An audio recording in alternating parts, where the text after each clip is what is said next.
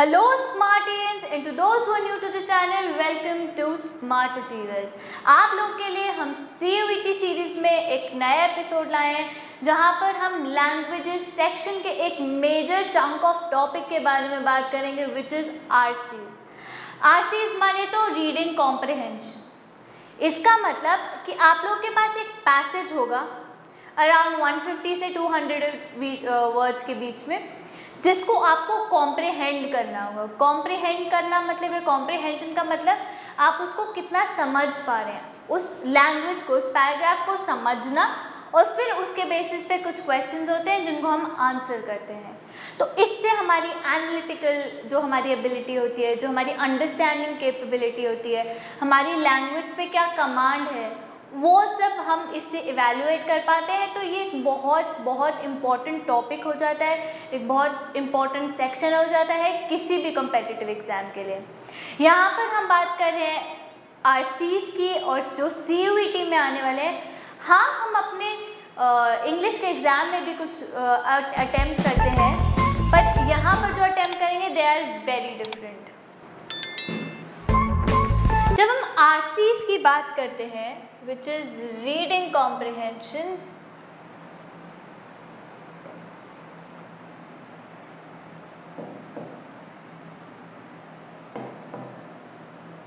अब जनरली दो टाइप के RCs आते हैं हमारे पास, which is direct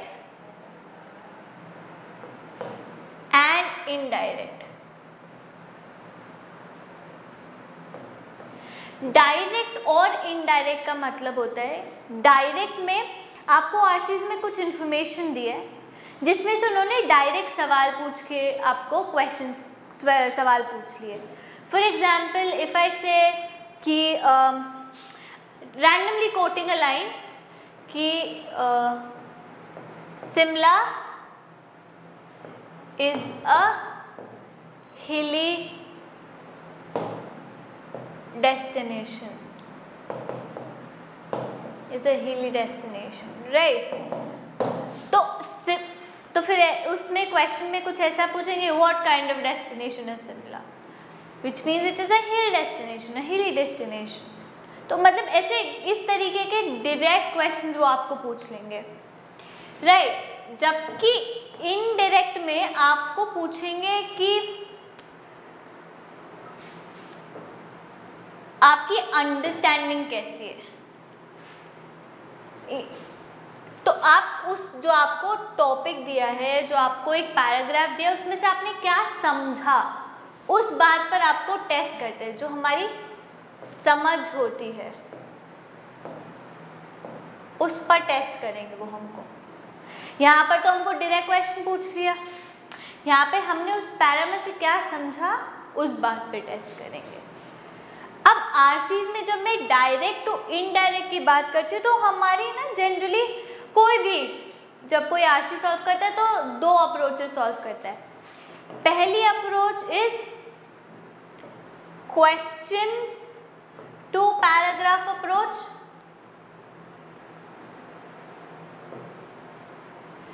the second approach is paragraph to question approach.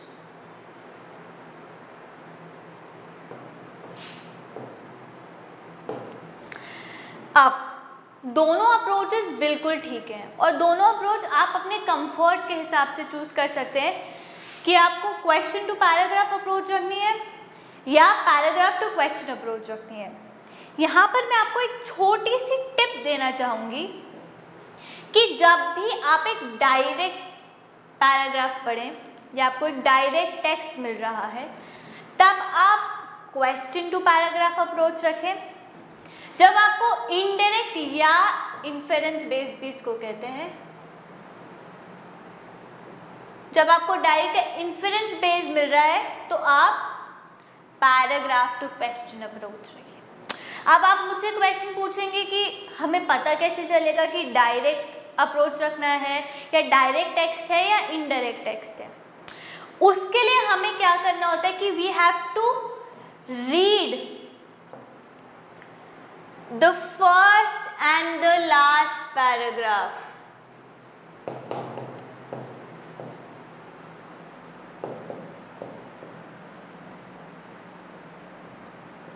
This is very very very very very very important. आपको एक टेक्स्ट के बारे में उसकी कुछ पहली लाइन और कुछ लास्ट की लाइनें पढ़कर समझ आ जाएगा कि ये आपसे डायरेक्ट पूछ रहा है या आप इन्फ्रेंस बेस्ड है। अब आप फिर पूछेंगे कि मैम अगर हमें पढ़कर नहीं समझ आए तो हम क्या करें? उसके लिए मैं आपके लिए आगे कुछ टिप्स लेकर आऊँगी, उसके बारे में भी बात करेंगे। पर जनरली जो भी आरसीज एग्ज़ाम्स में आएंगे उनको आप पढ़कर समझ जाओगे कि डायरेक्ट आरसी है या इनडायरेक्ट आरसी है। अब डायरेक्ट आरसी में क्या होता है ऐसा कि आपको कुछ इन्फॉर्मेशन दी होगी, डायरेक्ट इन्फॉर्मेशन। फॉर एग्जांपल अगर मैं बात कर रही हूँ स्वच्छ भारत अभियान की, कि स्वच्छ भारत अभियान कब चालू हुआ, कैसे चालू हुआ, क्या इनिशिएटिव था, क्या मोटो था, उसके बारे में पैराग्राफ है। और उस पैराग्राफ के बाद आपको क्वेश्चंस पूछे गए कि व्हेन वाज स्वच्छ भारत अभियान इनिशिएटिव स्टार्टेड। तो ये सब हो गए डायरेक्ट क्वेश्चंस, राइट। और इनडायरेक्ट क्वेश्चंस में जहाँ मैं बोल रही हूँ कि आपकी समझ को टेस्ट किया जाएगा, वहाँ पर आपको एक पैराग्राफ दे दिया गया about some abstract, random abstract कुछ दे दिया जिसका आपको समझ नहीं आए कि स्टार्ट क्या है या एंड क्या है। तो you have to read in between the lines. आपको उसका अर्थ ऐसे तोड़कर निकालना पड़ेगा, तभी आप ये इस टाइप के इनडायरेक्ट आरसीज कर सकते हैं, राइट। मूविंग ऑन फर्दर कि आरसीज में जनरली हमसे क्या पूछा जाता है, क्या किस तरीके के सवाल आते हैं। आरसी में जनरली आपको पूछते हैं आपके मेन आइडिया के बारे में। मेन आइडिया मतलब कि जो टेक्स्ट है, जो पैराग्राफ है, वो किस थीम पर बेस्ड है, किस चीज़ पर बेस्ड है, ऑथर बोलना क्या चाह रहा है। उसी में that is one type of indirect text again, कि आपको ये समझना है कि ऑथर क्या बोल रहा है आपको, राइट। आपको कुछ हमारे फर्स्ट पैरा और जब आप लास्ट पैराग्राफ पढ़ेंगे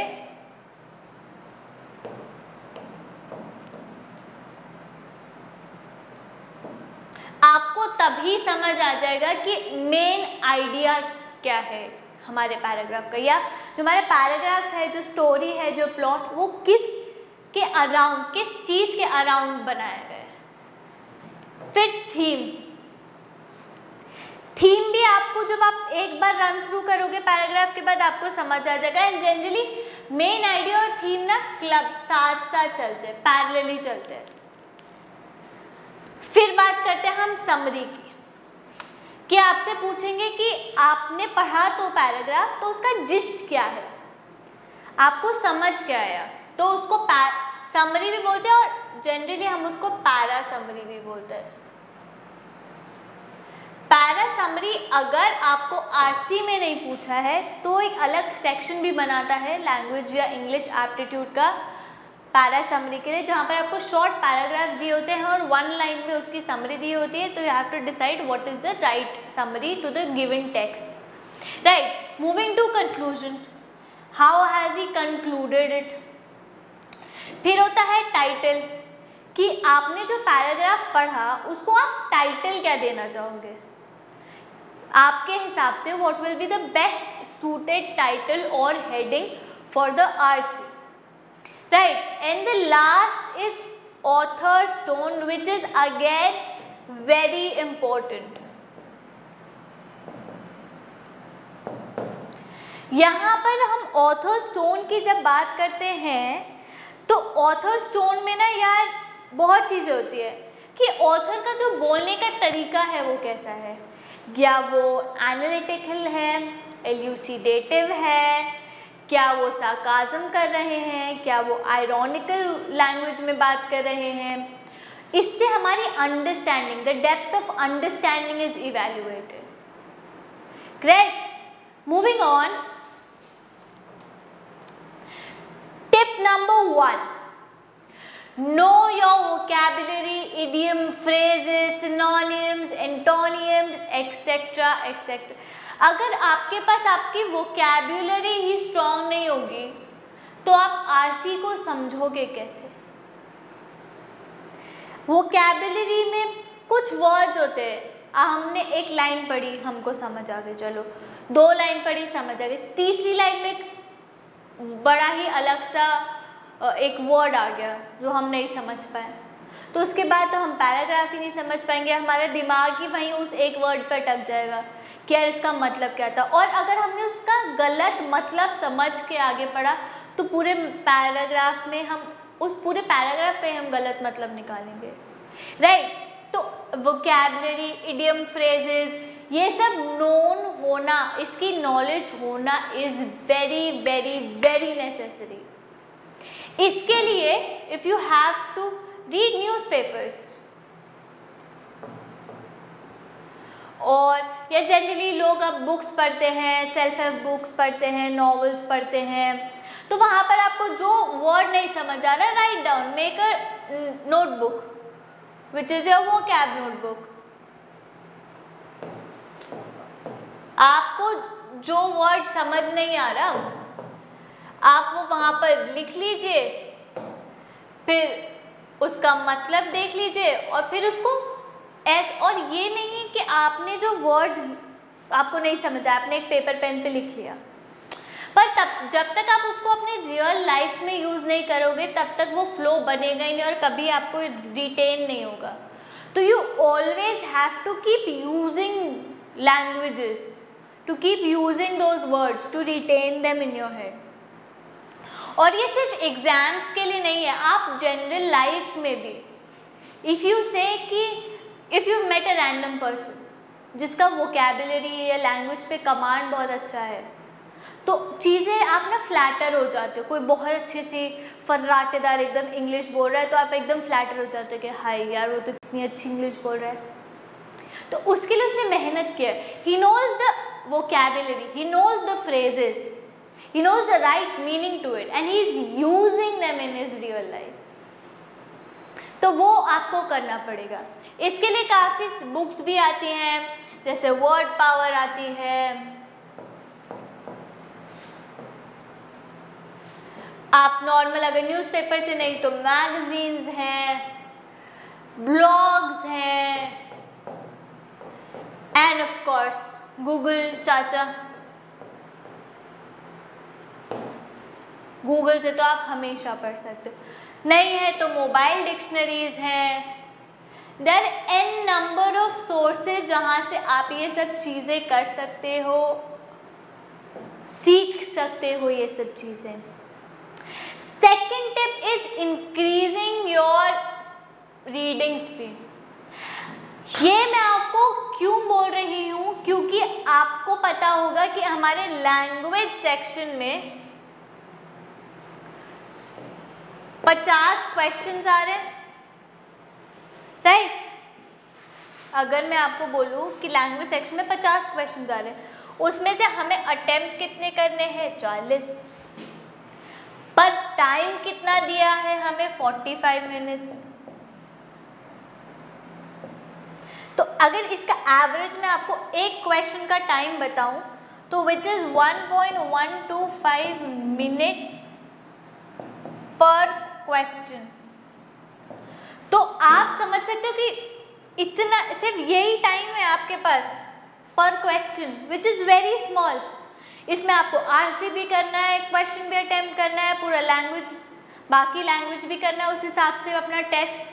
तो रीडिंग स्पीड बढ़ाना is one very crucial step that you will have to take to increase your score. आप रीडिंग स्पीड अप कैसे बढ़ाओ? आप रोज़ न्यूज़पेपर पढ़ो, न्यूज़पेपर नहीं पढ़ते कोई भी एक आर्टिकल पढ़ो, या आप अपनी बुक्स भी पढ़ रहे हो, कुछ भी पढ़ो तो आप उसको टाइमर बेस पे पढ़ो।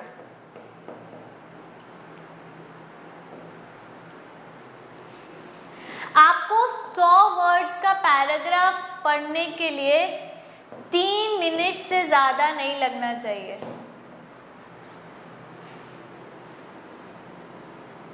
अगर आप ये गोल नहीं अचीव करते तो आप एग्ज़ाम में तो यार आरसी पढ़ते ही रह जाओगे और आपका टाइम निकल जाएगा।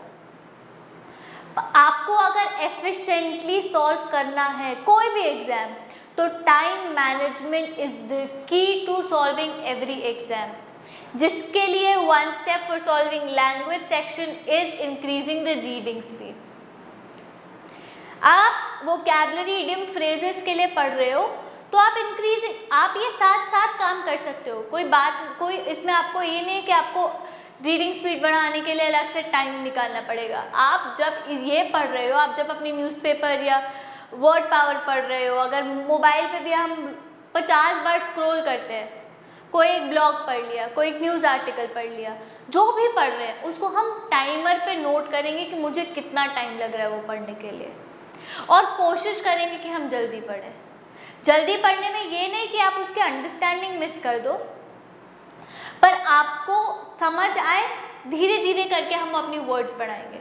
फॉर एग्जाम्पल, अगर if I am reading 80 words per minute, then I will increase it to 120, just saying random numbers, 120 words per minute या 60 words per minute। धीरे धीरे ग्रेजुअली करके बढ़ाएंगे तो इससे आपकी टोटल एग्जाम एफिशिएंसी में बहुत प्रोग्रेस होगी। एंड अभी आपके पास कुछ 40 डेज या 30+ डेज का आपके पास टाइम है, तो this is very good tip, और यहाँ पर आप अपना बहुत अच्छे से प्रोग्रेस भी मेजर कर पाएंगे until you appear for your CUET। Next tip, चलो moving on to is clue based और लीड वर्ड्स ढूंढो। अब जब मैं पैराग्राफ की बात करती हूँ तो for example if I have a direct paragraph, जैसे मैंने आपको बोला, तो ना जब भी आपके पास लीड वर्ड्स होते हैं, आपने क्वेश्चन पढ़ा, आपको क्वेश्चन में पता चल गया there is a word like year of birth of Sudha. हमारे पास एक स्टोरी टाइप करके आया है, एक पैराग्राफ आया है जहाँ पर हम सुधा के बारे में बात कर रहे हैं, सुधा की पूरी लाइफ के बारे में बात करें, छोटे से में उसका एक ईयर ऑफ बर्थ है, सब है। तो अगर मैं क्वेश्चन में ये चीज़ें देख रही हूँ, I will directly go in the paragraph, and when I am reading the paragraph मुझे ये दिमाग में रहेगा कि यार एक क्वेश्चन था जो ईयर ऑफ बर्थ के बारे में पूछ रहा था, तो मेरे को जहाँ पर भी पैराग्राफ में वो स्ट्राइक करेगा ना कि year of birth of Sudha, या Sudha was born on October 16, 2021, I am sorry, like whatever, random number जो भी आप बोलो, कुछ भी, तो आपको वो तुरंत स्ट्राइक करेगा कि यार वैसा क्वेश्चन पढ़ा था, आंसर ये रहा। तो आप ऐसे लिंक कर पाओगे, ऐसे रेफर कर पाओगे। तो it is very important when I am talking about lead words और about direct paragraphs, right. Clue based lead words, या आपको बोलते हैं डायरेक्टिव वर्ड्स भी बोलते हैं इनको।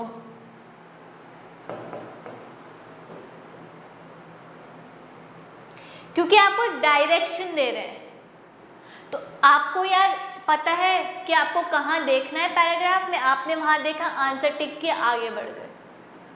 ऐसे ही छोटी छोटी चीज़ें अगर आप जब काम में लाएंगे ना, तो आपकी एफिशिएंसी बढ़ जाएगी, आपकी एक्यूरेसी बढ़ जाएगी आरसी सॉल्व करने की। Moving on to the fourth thing is do not read the passage, instead understand the passage. This is again a very very important thing. Generally लोग बोलते हैं, या आपके बहुत सारे टीचर्स बोलते होंगे कि एक बार स्किम कर लो, एक बार रन थ्रू कर लो, ऐसे बस नज़र मार लो कि क्या दिया है पैराग्राफ में। पर आप जब नज़र मारते हो ना, तो यार वो आप 2 मिनट वेस्ट कर रहे हो नज़र मारने के। या तो आपके पास, आपको पता हो कि यार डायरेक्ट पैराग्राफ है जहाँ मुझे सिर्फ क्लू वर्ड्स ढूंढने हैं, तो मैं तुरंत देख लूँ। पर ये काम नहीं करता है जब हम इन्फरेंस बेस्ड की बात करते हैं। इन्फरेंस की बात करूँगी तब मेरे को पैराग्राफ सिर्फ रीड नहीं करना है, समझना भी है, क्योंकि वो मेरी समझ को ही टेस्ट कर रहा है आरसी देकर, सही। तो कभी भी पैराग्राफ को स्किम मत करो या स्कैन मत करो, उसको समझो। आपको 2 मिनट ज़्यादा लग रहा है, कोई बात नहीं, 1 मिनट ज़्यादा लग रहा है, कोई बात नहीं, उस पर हम धीरे धीरे काम करेंगे, हो जाएगा। हम अपनी स्पीड बढ़ा लेंगे, टाइम एफिशिएंसी बढ़ा लेंगे, पर हमें समझ आनी चाहिए। कई बार ऐसा प्रॉब्लम होता है कि मैंने 2 बार पैराग्राफ पढ़ लिया पर मुझे कुछ समझ ही नहीं आया, क्योंकि मैं पैराग्राफ को इस माइंडसेट से पढ़ रही हूँ कि मुझे पैराग्राफ पढ़ के जल्दी से आंसर। आप पैराग्राफ को समझो तो सही, आप समझोगे तो आपके आंसर्स ऑटोमेटिकली आ जाएंगे।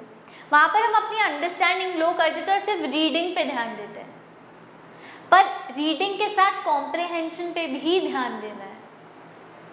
इसीलिए कभी भी सिर्फ पढ़े नहीं, कभी भी सिर्फ स्किम नहीं करें, समझें कि पैराग्राफ बोल क्या रहा है, ऑथर जो है उस पैराग्राफ का वो क्या बोलना चाह रहा है। Moving on to the next tip which is passage tones. अब पैसेज टोन्स की बात करते हैं। मैं आपको वापस लेके चलती हूँ to the very first slide, जहाँ पर मैंने बोला था कि ऑथर की टोन पता होना एक आरसी को अंडरस्टैंड करने में बहुत बहुत ज़रूरी है। पैसेज टोन में होते हैं, फॉर एग्जाम्पल इफ आई से अ पैसेज इज एनालिटिकल और अ पैसेज इज एनालाइजिंग,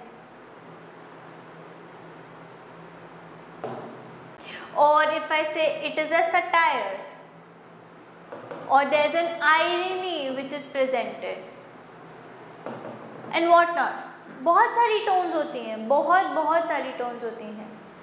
तो पैसेज की टोन्स से पता होना इसलिए ज़रूरी हो जाता है क्योंकि आपको समझना है कि ऑथर क्या आपको बताना चाह रहा है, ऑथर का क्या पर्सपेक्टिव है। आप एक सही पर्सपेक्टिव तभी जान पाएंगे जब आपको पता होगा, जब आप एक चीज़ जब पैराग्राफ पढ़ेंगे उस पैराग्राफ का सही मतलब तो तभी समझ पाएंगे ना, जब आप ये समझें कि जो ऑथर है वो किस तरीके से आपको बताना चाह रहा है, राइट। तो पैसेज टोन्स बहुत ज़रूरी होते हैं। पैसेज टोन्स अगर आपको पढ़ने हैं तो आप गूगल कर सकते हैं, गूगल पे आप पैसेज टोन्स लिखेंगे या ऑथर्स टोन लिखेंगे तो आपको बहुत सारे आ जाएंगे। आप नहीं तो हमारे इंस्टाग्राम पेज पे जाके देख सकते हैं, वहाँ पर हमने आपको एक लिस्ट दे रखी है पैसेज टोन्स की, तो आप वो पढ़ सकते हैं। नेक्स्ट जो मैंने आपको again referring to the very first slide जहाँ हमने बात सेकेंड स्लाइड सॉरी जहाँ हमने बात की थी इस थीम एंड मेन आइडिया, क्या मैसेज कन्वे करना चाह रहा है, क्या वो हमें संदेश देना चाह रहा है उस paragraph, what is the gist of the paragraph, what is the basic idea behind writing the text is what is main theme and idea. हम स्वच्छ भारत अभियान की मैं बात कर रही हूँ, अगर मैं आपको एग्जाम्पल दूँ कि स्वच्छ भारत अभियान पे मेरे पास एक टेक्स्ट है 150 वर्ड्स का, तो उसका मेन आइडिया क्या है, उसका मेन आइडिया है cleanliness, initiative by a government around cleanliness.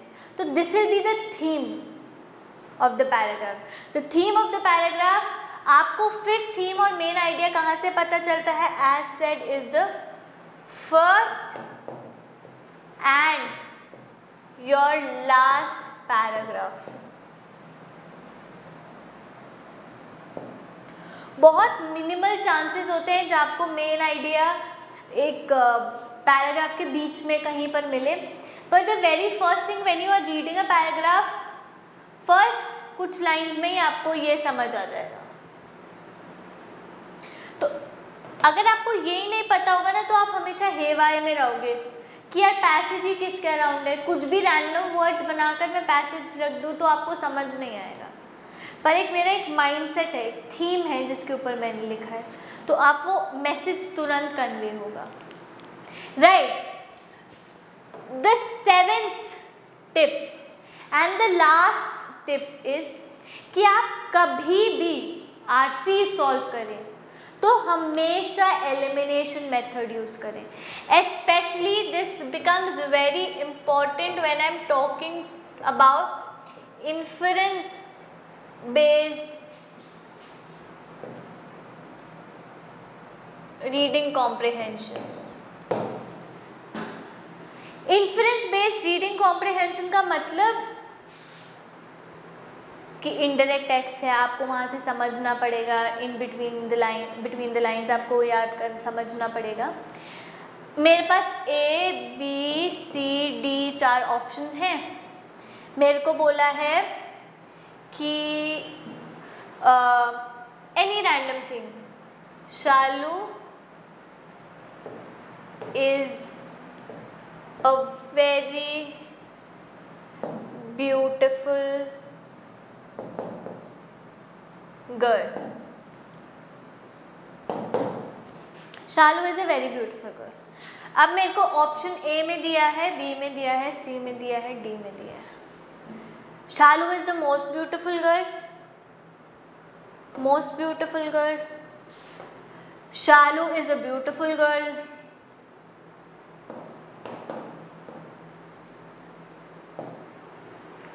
ऐसे कुछ करके मेरे को 4 रैंडम ऑप्शंस दिए। अब एलिमिनेशन मेथड का मतलब होता है जो गलत है तो उनको मैं हटाती जाऊँ, एलिमिनेट करती जाऊँ। जो भी मेरे पास गलत ऑप्शंस हैं उनको मैं हटा दूँ। फॉर एग्जाम्पल यहाँ पर Shalu is a very beautiful girl, Shalu is not the most beautiful girl, she is a very beautiful girl but she is not the most beautiful, मेरा ए ऑप्शन चला गया। सिमिलरली कोई और ऑप्शन दिया है जो नहीं सेटिस्फाई कर रहा है तो वो चला गया। तीसरा ऑप्शन भी नहीं काम कर रहा है तो वो चला गया, आंसर मेरा सी आ गया। समझ आया? तो now we talk about next thing which is extremist. यहाँ पर do nots and this comes into play जब हम एलिमिनेशन मेथड यूज करते हैं। तो ये सब ध्यान रखना जरूरी। एक्सट्रीम ऑप्शंस हम कभी भी नहीं चूज करेंगे। Example, here I am saying to you Sahil will not drive car. One sentence. Second sentence I write Sahil will never drive car. अब ये तो चलो जेनरिक चीज है, पर नेवर या नॉट कोई भी ऐसे एक्सट्रीम वर्ड आ जाए तो वो ऑप्शन जनरली गलत होता है। आप कभी भी कोई भी एक्सट्रीम ऑप्शन नहीं चूज करोगे, कभी भी। कुछ भी हो, go for things which are less extreme, right. और आपको बहुत सारी ऐसी सिचुएशन आएंगी जहाँ पर सेम ही चीज़ बोल रहे हैं, यहाँ पर सेम ही चीज़ बोल रहा है गाड़ी नहीं ड्राइव करने की, पर यहाँ पर ना उसकी टोन में थोड़ा डिफरेंस है, उस वर्ड के एम्फसिस में डिफरेंस है, सिर्फ ये छोटे से 2 वर्ड्स के डिफरेंस की वजह से, right. The second thing is never go beyond the scope of paragraph. Never go beyond the scope of paragraph. अब मैं स्कोप ऑफ पैराग्राफ की जब बात करती हूँ, यहाँ पर मेरा मतलब है कि आपकी नॉलेज बहुत ज़्यादा होगी कई बार उस इंफॉर्मेशन से जो उस 150 या 200 वर्ड के पैराग्राफ में दी गई है, पर वो नॉलेज आप कभी भी पैराग्राफ को आंसर करते समय यूज नहीं करेंगे। मैंने आपको एक चीज़ बताई स्वच्छ भारत अभियान के बारे में। स्वच्छ भारत अभियान की जब हम बात कर रहे हैं तो जब आपको यार स्टैट्स पता होंगे बहुत सारे, अभी तो इतने सारे डेवलपमेंट्स हो गए हैं, आपको उस चीज़ के बारे में बहुत डिटेल में भी पता होगा, पर हमको पैराग्राफ तो 150 वर्ड्स का ही दिया है ना, तो मैं आंसर भी उस 150 वर्ड्स के अंदर से ही करूँगा या करूँगी, चाहे मुझे कितना भी उसके बाद का पता हो, उससे ज़्यादा पता हो, पर नहीं, do not use your external knowledge, never use your external knowledge when answering RC. अगर मेरे को क्वेश्चन में या आरसी में इतनी ही चीज़ दी है तो मैं इस इतनी ही चीज़ में से उसका आंसर ढूंढूंगी, मैं कभी भी यहाँ से आंसर नहीं ढूंढूंगी उस चीज़ का। थर्ड थिंग, कभी भी हम एक जेनेरिक ऑप्शन जब हम चूज करते हैं ना, तो एकदम भी जनरल ऑप्शन नहीं चूज करना है, ठीक है। जेनेरिक या इतना भी जनरल से मेरा मतलब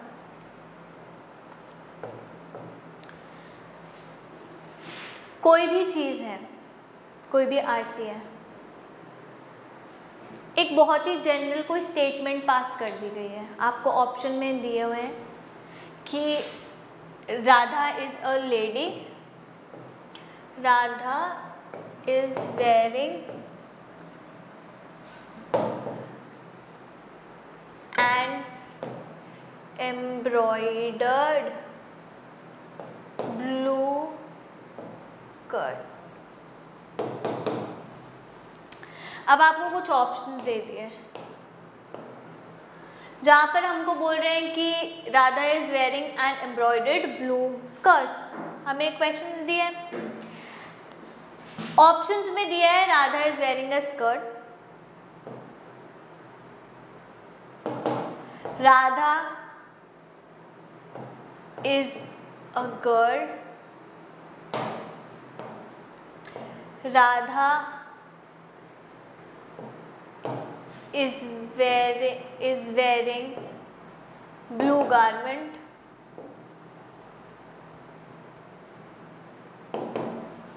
Radha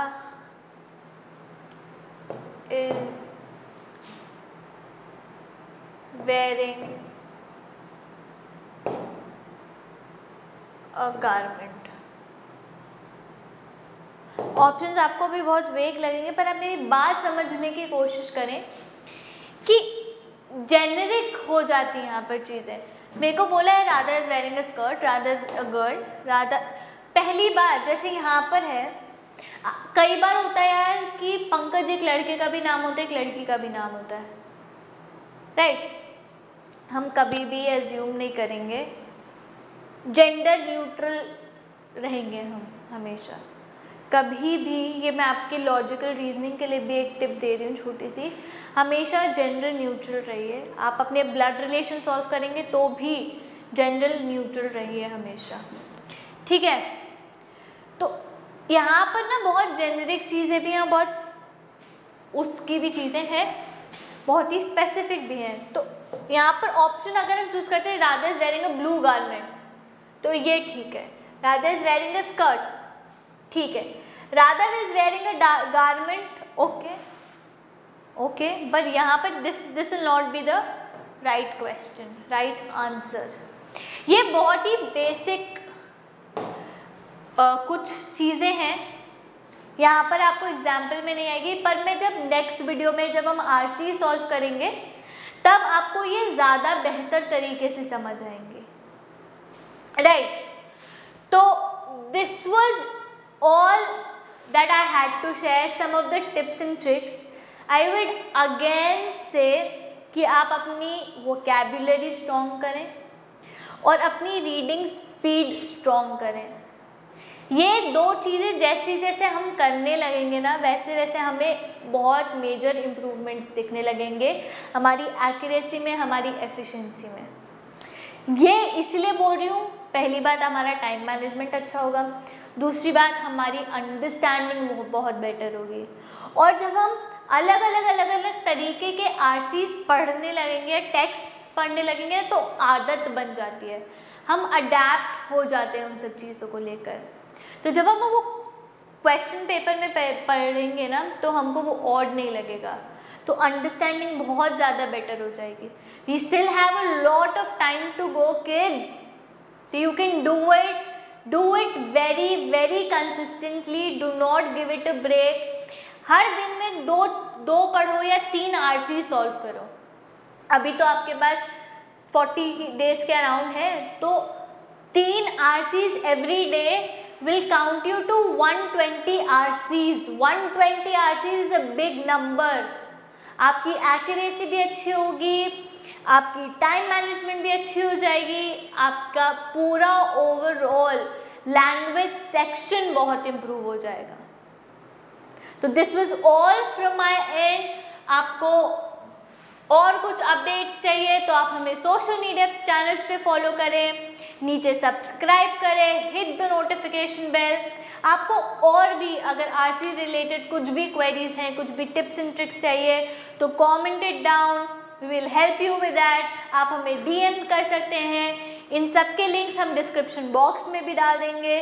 तो stay connected with us, learn with smart achievers. Thank you.